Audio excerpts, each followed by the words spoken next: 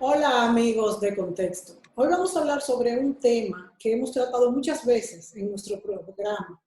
De hecho, en nuestros programas, en todos los que hemos participado, yo creo que hemos hablado de lo que es la falta de credibilidad en la justicia dominicana. Y digo que hemos hablado de esto muchas veces por la importancia. Una justicia débil o fuerte influye a todos los ciudadanos de un país. A mí particularmente me preocupa que se percibe en el ambiente como si los ciudadanos pensasen que ha habido un retroceso en cuestión de justicia. Y la verdad es que podría interpretarse de esa manera por muchas cosas que han pasado. Y también yo digo particularmente que me preocupa el gran peso que tiene el presidente de la República en cualquier toma de decisión en cuanto a la justicia, lo que me parece que podría resultar delicado. Hay muchos casos que no han sido resueltos, que han sido demandados, que han sido denunciados. No tenemos casi ni que mencionarlos porque son muchos, pero justamente de eso vamos a hablar en esta ocasión. Y para eso hemos invitado a un destacado abogado dominicano que está muy al tanto de todas estas situaciones y que lleva al dedillo estos temas porque realmente conoce a fondo el sistema judicial dominicano. Vamos a darle la bienvenida al doctor Marino Elseviv. Bienvenido, Marino, a Contexto. Buenas tardes, Mónica. Muy buenas tardes y gracias por la distinción que me ofreces al estar en tu programa junto al amigo también, Julio, que son verdaderos interlocutores del acontecer nacional y que además siempre están con el dedo sobre la llaga, porque tocar el tema de la justicia en este momento es tocar el dedo sobre la llaga. Bueno, Marino, el sistema judicial, la gente entiende que se compone de dos elementos fundamentales, que es el Ministerio Público y los jueces. El Ministerio Público, a pesar de que los fiscales o fiscalizadores, como se le llama ahora, son supuestamente de carrera, dependen directamente de un consejo de la magistratura que está controlado por el Procurador General de la República y este a su vez es designado sin más por el presidente de la República. Ante una situación como esta, es muy difícil hacer una transformación estructural porque hay que cambiar la Constitución. Además, que el propio Consejo Nacional de la Magistratura, que designa a los jueces de las altas cortes llamadas, también está presidido por el presidente de la República. Es decir, la separación de poderes no se da, porque el Poder Ejecutivo interviene tanto en la magistratura como en el Ministerio Público. En este arreglo, aparentemente, la oferta que fue seleccionada como mayoritaria en las elecciones del pasado 5 de julio fue aquella que planteó designar a un procurador o procuradora general de la República independiente de los partidos y que hiciera su trabajo como pudiera. Creo que además de los procuradores adjuntos al Poder Ejecutivo le corresponden unos cuantos, no sé cuántos son exactamente. Entre ellos, el procurador especializado en persecución de la corrupción administrativa, que es uno de los puntos más importantes. Neurálgico. ¿Perdón? De los puntos neurálgicos ahora mismo, pero de los tenemos denominados crímenes y delitos en contra de la cosa pública. Exactamente. Pero tenemos, a su vez, un sistema judicial de la judicatura que en última instancia depende de una Suprema Corte de Justicia, también designada por el Consejo Nacional de la Magistratura, en lo que intervinieron en la última reunión de manera decisiva el presidente de la República saliente y el Procurador General de la República saliente. Entonces, ¿qué se puede hacer en este contexto? Bueno, la pregunta está íntimamente ligada a un temas que quisiera poner en el tapete desde el principio. Hace muchos años, una gran profesora de mi madre, la profesora Flérida García de Nolasco, doña Flérida de Nolasco, escribió un libro que se llama Clamor de Justicia en la Española, que hoy viene como anillo al canto, porque la ciudadanía tiene un clamor de justicia en este momento histórico que le toca la gobernanza a las nuevas autoridades que entran a partir del 16 de agosto. Ahora, la pregunta que tú me haces está íntimamente ligada al aspecto constitucional. Ajá. Porque nuestra constitución es la que consagra la presencia de estas personas en el denominado Consejo de la Magistratura. Cuando yo era estudiante, tuve un profesor que se llamó Manuel Vergés Tupani. Sí, presidente que de me la dio Suprema. clase, Fue presidente que de la acaba de Suprema. morir hace poco y fue presidente de la Suprema y comenzó como juez de paz. Sí. Y ascendió rigurosamente, como si hubiera hecho la carrera judicial, como si estuviera una ley previa. Y este magistrado y maestro nuestro siempre nos hablaba del Consejo Nacional de la Magistratura que políticamente se estableció por la crisis del 94 y que fue fruto de las negociaciones para la creación constitucional de esa institución, ya que anteriormente era el Congreso, el Senado, a través del Senado, donde se designaban los jueces. En este momento hay una reticencia a esa organización y básicamente está dada por lo que tú bien señalas. La carrera de los jueces, la carrera de los ministerios públicos. Y el Ministerio Público también tiene su consejo del Ministerio Público. Ahora bien, ¿qué es lo que sucede en el fondo? Es qué se va a hacer con respecto a los crímenes y delitos contra la cosa pública, que es el gran reclamo de la sociedad. Un profesor de mi padre, el profesor Pedro Rosell, escribió un libro interesantísimo que se lo prologó, y lo tengo aquí a mano, don Armando Oscar Pacheco, uno de los mejores penalistas de este país, y que terminó siendo consultor jurídico de la Cancillería y fue diplomático, dicho sea de paso. Un hombre a quien yo conocí y abrevié mucho de sus conocimientos, ya que lo visitaba con frecuencia junto al doctor Eluben Cosme en su casa aquí en la Benito Monción. El tema de la justicia está en lo siguiente. Tenemos una ley que limita al gobierno entrante en el nombramiento de los ministerios públicos. Entonces, se anda buscando la independencia, la imparcialidad y la libertad de actuación de ese ministerio público. Y el reclamo de justicia en la española, como comencé diciéndote, que argumentaba la gran profesora Flérida Nolasco, ligada familiarmente a Pedro Enrique Ureña y Macha Enrique Ureña, quien eran hermanos de su esposo, pero no llevaba el apellido. Bajo ese predicamento, el país en este momento anda buscando con una lámpara de Diógenes a ese hombre serio o mujer seria que pueda administrar ese reclamo, que no sea imprudente, que conozca los mecanismos jurídicos y que a su vez no se convierta en un Savonarola, aquel monje que llegó a Italia y sobre esa base hizo una gran persecución, pero una persecución que se convirtió realmente en una persecución ojeriza y no una justicia.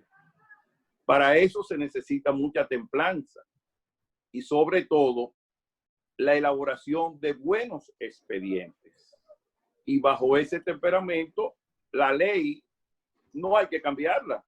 Lo que se necesitan son hombres y mujeres probos o que prueben su idoneidad y que no vayan a ser cantinfladas, y mucho menos las que ya hemos visto, por ejemplo, Verbo y Gracia, en el caso de Odebrecht, donde usted vio montar toda una propaganda, un grupo de militares detrás de cada uno de los perseguidos, una ofensa pública previa, una persecución totalmente grosera y poco justiciera, para luego entonces convertirse en un desorden y un descrédito que el expediente ya lo enviaron a primer grado y posiblemente pensaron ellos que se lo iba a comer un ratón o se iba a desgajar y no se iba a conocer en el tiempo.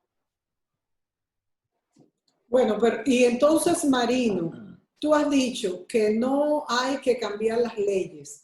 ¿Qué hay que hacer entonces en un lenguaje claro que nosotros podamos entender para que realmente el Ministerio Público y todo el sistema judicial funcione de manera independiente? ¿Es eso posible en este nuevo gobierno electo? Mira, yo siempre como abogado creo en lo posible. Esa ley es una ley orgánica que requiere no la mayoría simple, sino una mayoría absoluta.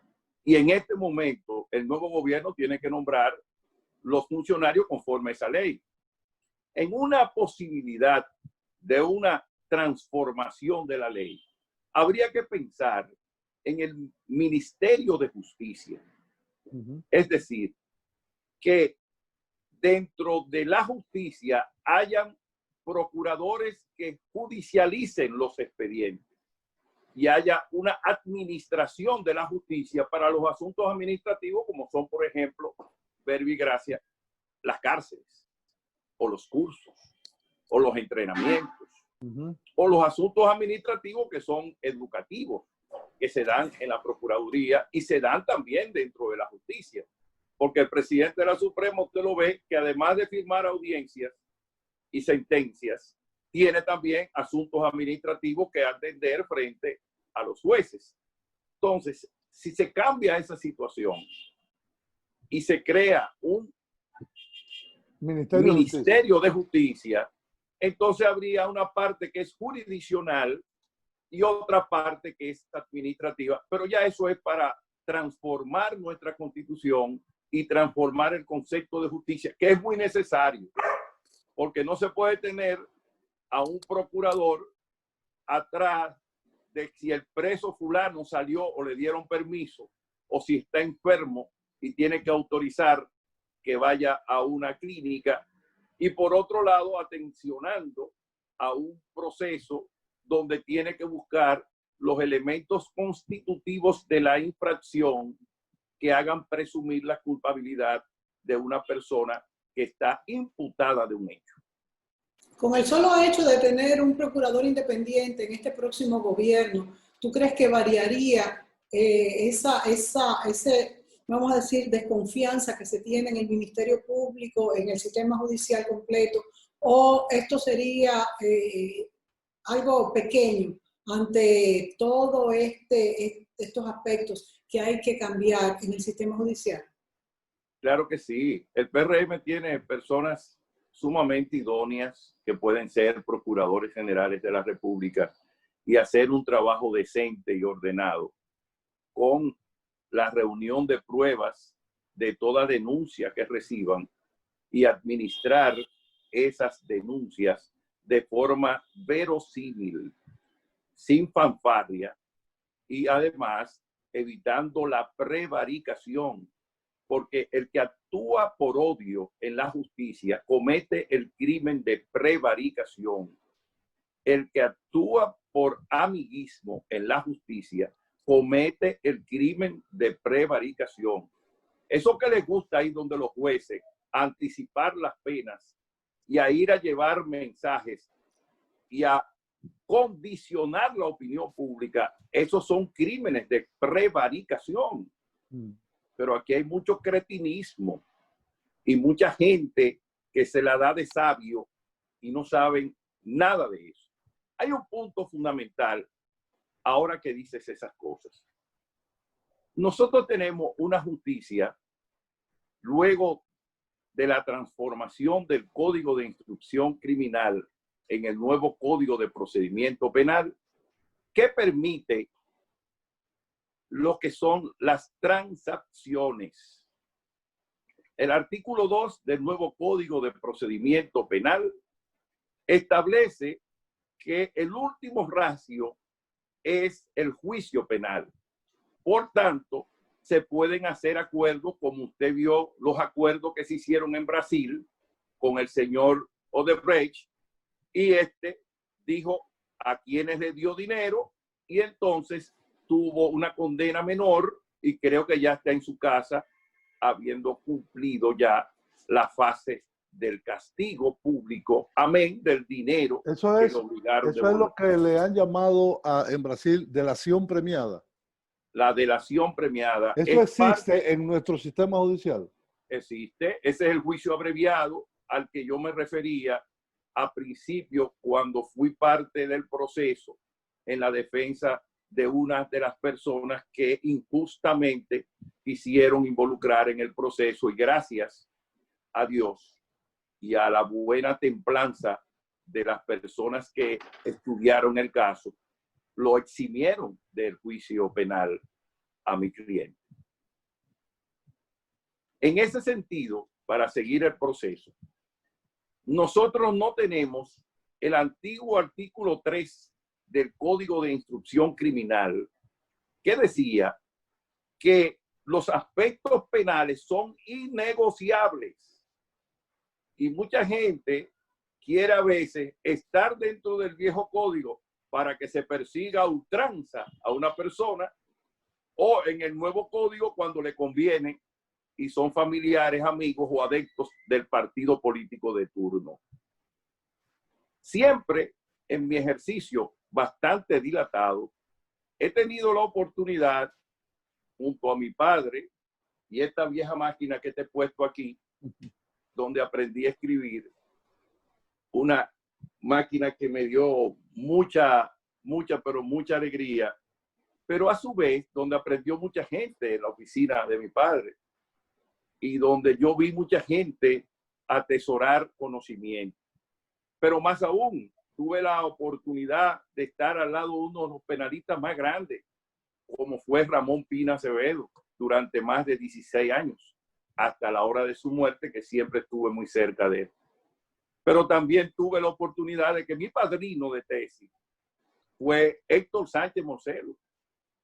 Entonces, no solamente padrino de tesis, sino que también iba a sus audiencias cuando él quería que lo asistiera.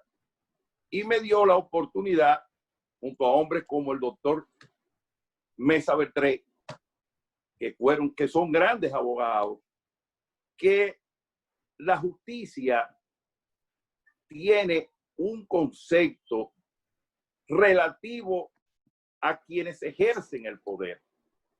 Esta es una oportunidad que esta generación que nació después de la Guerra de Abril, como es el caso del nuevo presidente, tiene para aprovechar esta oportunidad histórica y chequear los crímenes y delitos contra la cosa pública. Marino, nos tenemos que ir a la pausa. A mí me gustaría que tú, de manera simple, en el próximo segmento, entre otras cosas, señalaras cuáles son los puntos más importantes que tú crees que este nuevo gobierno debe de cambiar, que no tenga que ser de manera constitucional, sino bajo el marco jurídico que tenemos. ¿Cuáles son las cosas que puede cambiar para que la justicia funcione mejor? Nos vamos a la pausa y regresamos inmediatamente.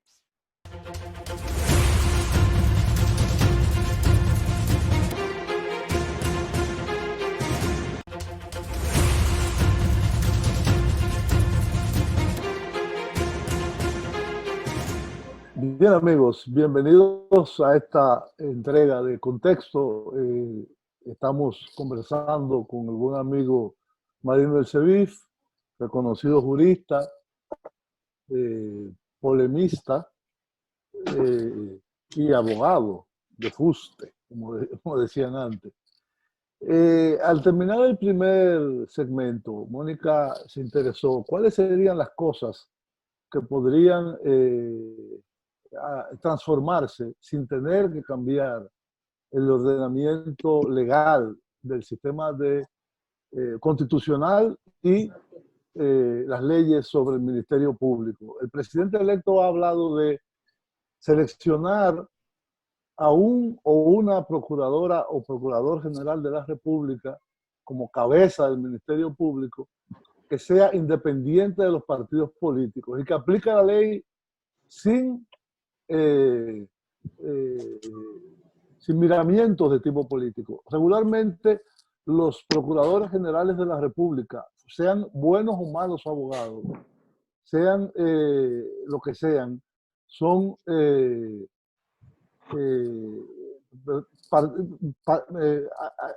cercanos o miembros de partidos políticos. Claro. Casi siempre ha sido así. Pues no somos suizos. No somos suizos, somos dominicanos. Pero hay dominicanos que no son miembros de partidos políticos y que pueden actuar en plena autonomía y en observancia del procedimiento que sea, sin amiguismo, etc. Y aún siendo de partido político, que tengan una integridad. Podría también serlo. Claro.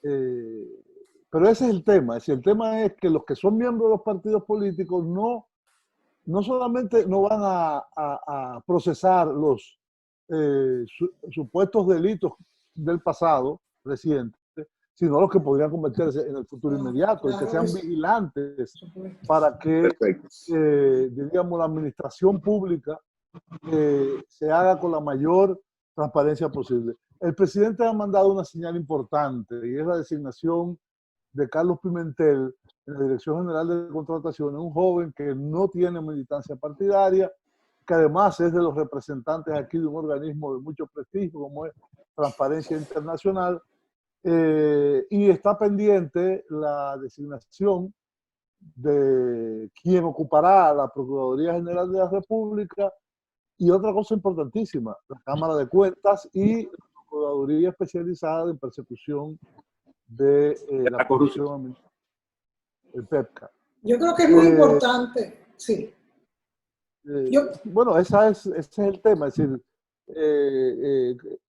cómo armar esto sin un cambio constitucional que por el contexto político, por las correlaciones de fuerza y por el cansancio del país de reformas constitucionales, correcto, ahora mismo no son recomendables. Yo creo, Marino, antes de tu comenzar, que en nuestro país, si hago este comentario, muchas veces yo oía decir, bueno, lo que pasa es que nadie quiere que las cosas se juzguen en su justa manera, porque todo el mundo quiere ir al gobierno a servirse de él. Y yo creo que esto ha cambiado en nuestro país, y tanto es así que en encuestas que se han hecho a jóvenes, incluso de colegios, han preferido regímenes de fuerza para que se imponga el orden. Eso quiere decir que ya nuestro país no es ese que quiere ya pescar en ríos revueltos. Yo creo que nuestros ciudadanos, todos, nos hemos dado cuenta que cada uno de nosotros viviríamos mejor en un lugar donde la ley que impera sea la más justa, la real. Bueno, pero Mónica, lo que estamos viendo con la inobservancia y el enfrentamiento a las fuerzas policiales por el toque de por el COVID, eso sí es verdad. No es lo que tú estás diciendo, es el desorden absoluto y total. Y a mí la primera parte, sí. Yo hago lo que me dé la gana. Claro. Fíjate, es muy bueno que ustedes hayan dicho esas cosas, porque lo que tenemos nosotros es que ceñirnos a nuestras leyes, a nuestra Constitución. La Constitución de la República establece en los artículos 68 y 69 dos principios cardenales. Uno, el debido proceso, Y el segundo, la tutela judicial efectiva. Si un ciudadano cual que sea será juzgado por los crímenes que se le imputan, tienen que preservarse el debido proceso y la tutela judicial efectiva. Pero cuando tú me hablabas de Ministerio Público, aproveché que estoy en mi oficina y me fui de inmediato a buscar a don José Siliega Toco. Él escribió este libro, que ojalá se lo lean estos muchachos de ahora, porque ahí está, diríamos, un acervo intelectual y un aporte extraordinario de un maestro de ética en la Universidad Autónoma de Santo Domingo. Y él aquí hace un aporte de la ética del Ministerio Público, justamente una parte, diríamos, proverbial que ahora mismo está exigiendo la ciudadanía. Y se refería a don José, a quien conocí, de los adecuados atributos del Ministerio Público, del secreto del Ministerio Público. El Ministerio Público no puede ser un lenguaraz, ni mucho menos puede estar por Twitter. Eso no es así. Es un asunto sagrado. Usted está jugando con la libertad del otro. Sí, señor. Usted no puede estar en chercha. Claro. Pero aquí se Pero ha de forma inusitada relajado esa función. Aquí ha habido fiscales, Marino, que hacen sus opiniones por Twitter. Por Twitter, eso es una desvergüenza. Porque ¿a dónde está el dictamen? Es que no saben derecho y tienen que estar haciendo prosapia a través de los Twitter. Marino, cuando tú hablas de la tutela judicial efectiva, tradúcenos eso en un lenguaje, vamos a decir, que todos entendamos. Mundano. Sí sabemos lo que es el debido proceso, de tanto que lo hemos hablado aquí en todas estas explicaciones, pero ¿qué quiere decir esa tutela judicial? En forma efectiva. La tutela judicial efectiva significa, en principio, el principio de legalidad. Nadie puede ser juzgado por leyes que posteriormente son puestas en ejecución. Por el principio de no retroactividad de la ley. Es decir, si mañana se le ocurre a alguien ir a la pena de muerte. No, bueno, la pena de muerte sería algo todavía más difícil, pero podría ser. Es para el porvenir.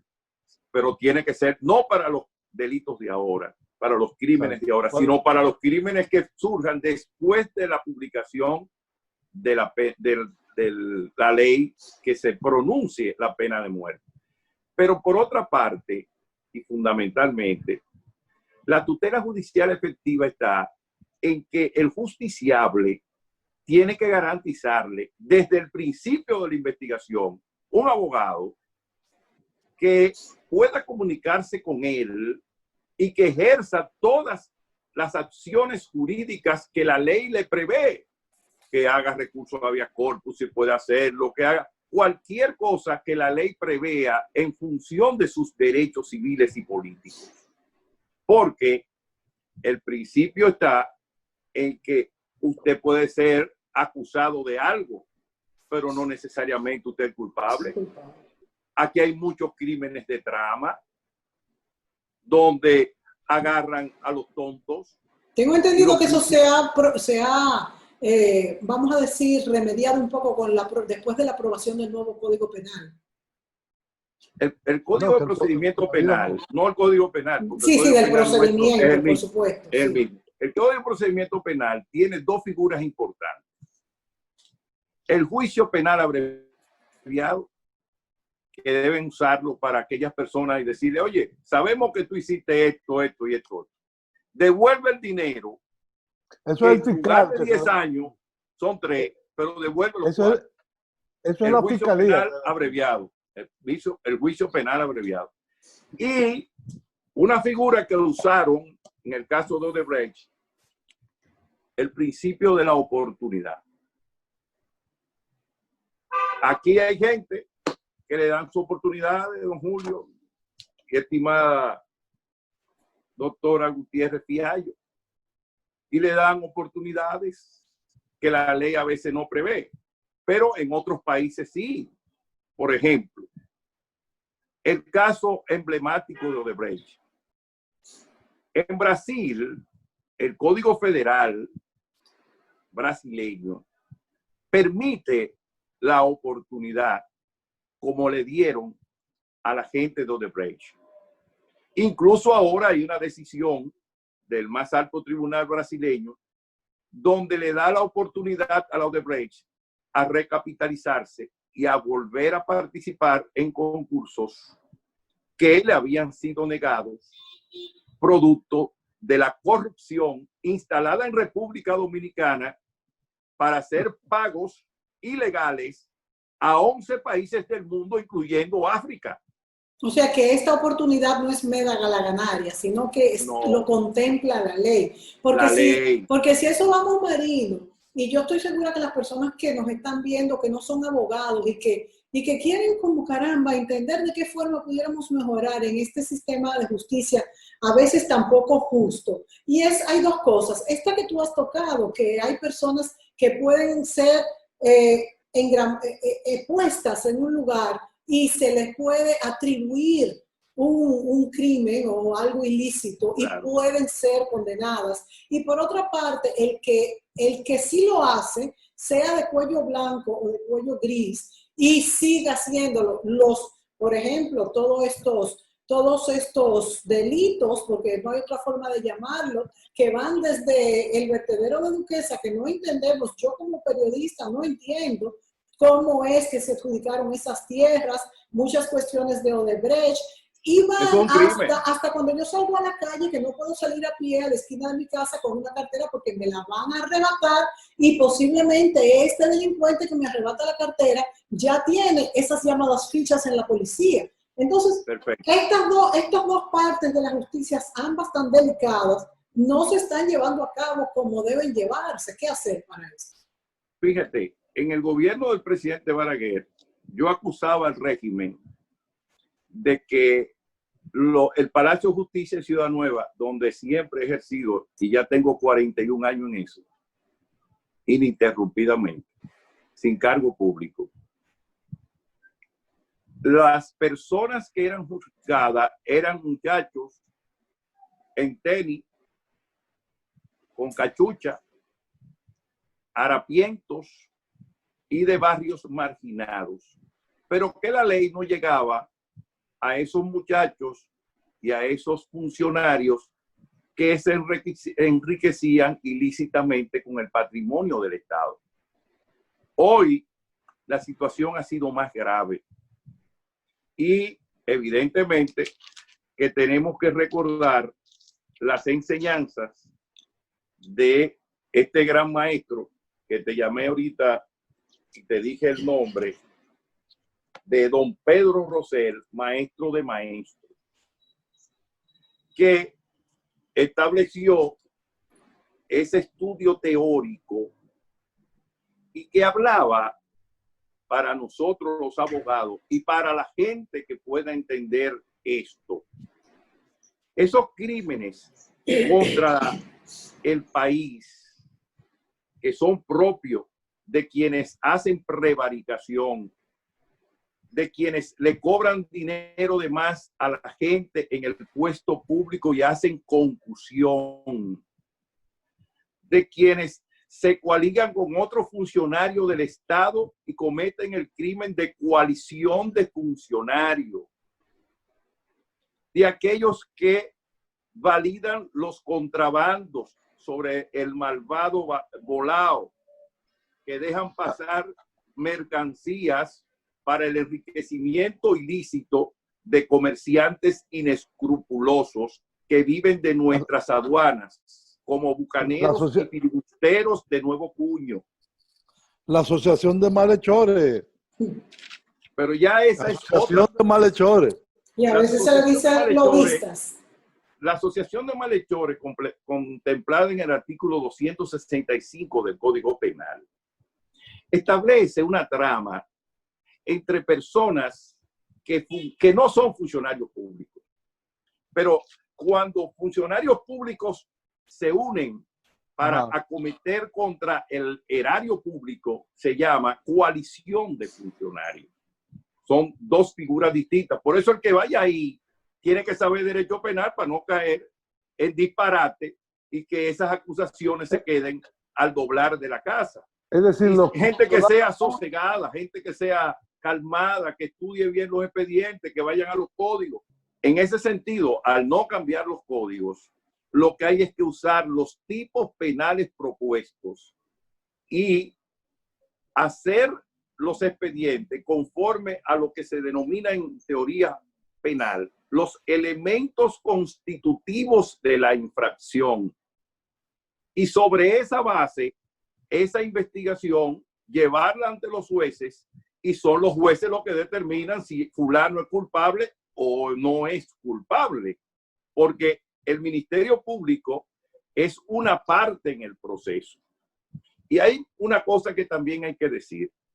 Estamos ante un código que el Ministerio Público tiene el monopolio de la acción pública. ¿Qué significa eso? Que el Ministerio Público puede decidir la suerte de un ciudadano con decir simple y llanamente, no voy a someter a esa persona. ¿Qué es lo que ha hecho, por ejemplo, el procurador Jean Alain? Sí, claro. Utilizando su posición del Ministerio Público, dijo, no voy a someter a Juan, a Pedro o a Andrés. Claro. Y sobre esa base, eligió culpables preferidos, donde hay gente que está y gente que no debería estar o no debieron nunca estar en ese proceso. Marino, nos vamos a la pausa y cuando volvamos, a mí me gustaría que, entre otras cosas, tú nos dijeras quién podría ser electo como Procurador General de la República. Volvemos.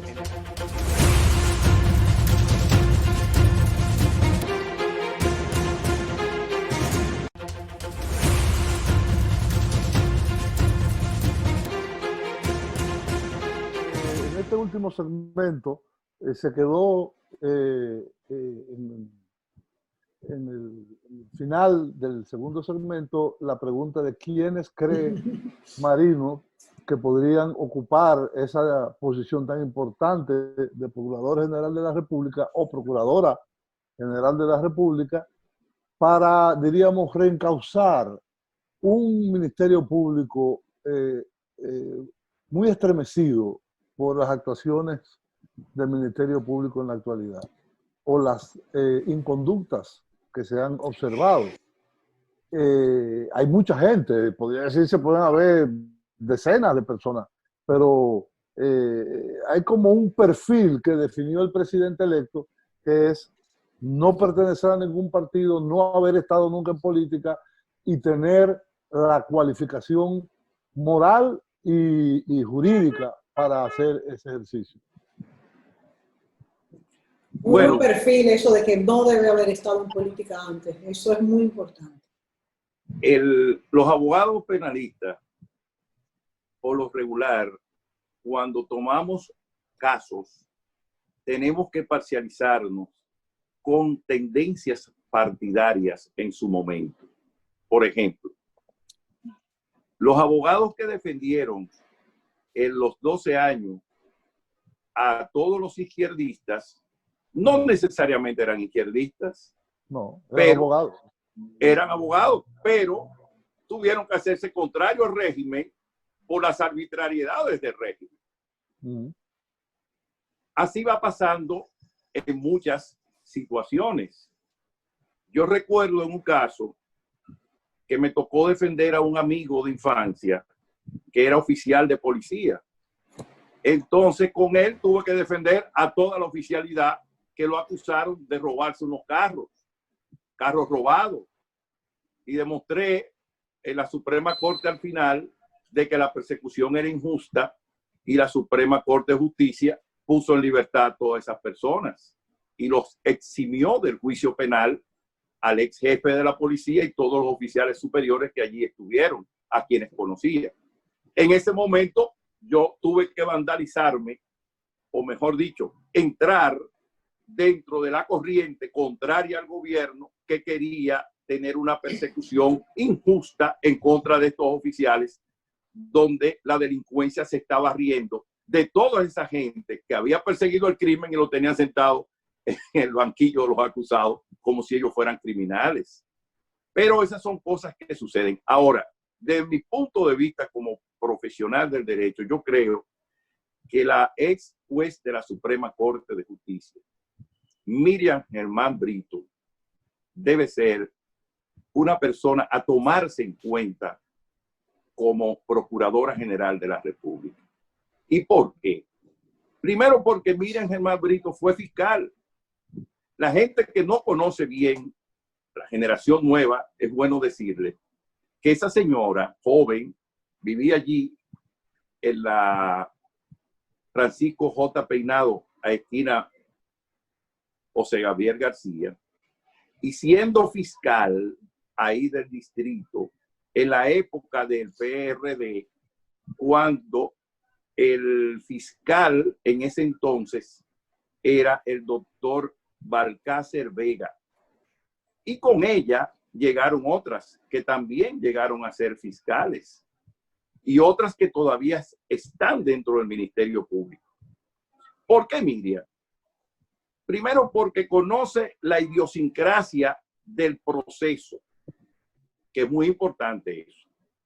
Segundo, conoce la naturaleza de los jueces, porque fueron todos jueces con quien ella tuvo vínculos de jerarquía y ella ascendió dentro de la justicia.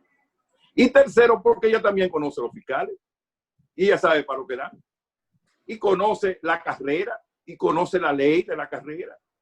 Entonces, sería una persona de equilibrio en este momento donde, como te decía al principio, hay un clamor de justicia. Pero además, reúne las condiciones éticas del maestro. Doctor José Siriegato, uno de los hombres de mayor importancia en la formación ética en las universidades, pero además que fue fiscal y que fue procurador y que tuvo cargos públicos inexpugnables de una conducta ética extraordinaria. Entonces, son gente que, en este caso, Miriam sería interesante. Hay otro individuo, hay otra persona que a mí yo quiero muchísimo, quizás porque le tengo aprecio y distinción, y es Nelson Espinal Báez, un gran conciliador, pero un hombre de una integridad extraordinaria, ligado al PRD, hijo de un procurador general de la República, Américo Espinal Báez, y un hombre conocido como un hombre que es sumamente equilibrado. Creo que decir eso de él es un atrevimiento de mi parte porque yo no le he preguntado eso, pero tengo que mencionarlo porque creo que es un hombre que puede ser un ente de equilibrio en momentos en que el país necesita un nuevo rumbo. Y otra persona de significación y conocido en el ejercicio penal, que tiene una resiedumbre moral extraordinaria y que además es uno de los hombres más capaces en el derecho penal. Para mí, en mi ejercicio, incluso cuando he tenido problemas penales, lo he buscado para consultarlo. Y es el doctor Jesús Félix Jiménez, que fue director en el gobierno del presidente Hipólito Mejía del Departamento de Corrupción. Es un hombre íntegro, es un hombre equilibrado y además es un hombre que me recuerda dos procuradores fiscales, dos procuradores generales de la República, por la resiedumbre y la capacidad que tiene. Me recuerda que siempre oí hablar en mi casa de don Porfirio Basora, que en la dictadura se comportaba con independencia. Me recuerda de Rafael Ravelo Miquí, que en la dictadura se comportaba con independencia. Pero además me recuerda, quizás no por un problema de supremacismo racista, porque son morenos como nosotros y son gente talentosa, y que en la justicia han dado ejemplo de dignidad y decoro. Y cuando te hablo de esos dos ex procuradores en el régimen de Trujillo, son gente que no dejaron mácula ni se robaron un chele, pero a su vez dieron dentro de la prédica de la justicia cátedra de talento, como yo creo que puede dar Jesús Félix Jiménez, uno de los mejores profesionales penalistas que cuenta el país en este momento. Bueno, la verdad es que qué bueno que tenemos muchos candidatos. Pudiéramos agregar, al menos llegar a 10 con estos candidatos idóneos, yo diría. Eso es muy halagüeño para nosotros, esperanzador. Esperemos que estas características que ha puesto el presidente de la República se respeten y parece que así va a ser. Va a ser una persona que no pertenezca a ningún partido político y que tenga la experiencia necesaria en el ramo.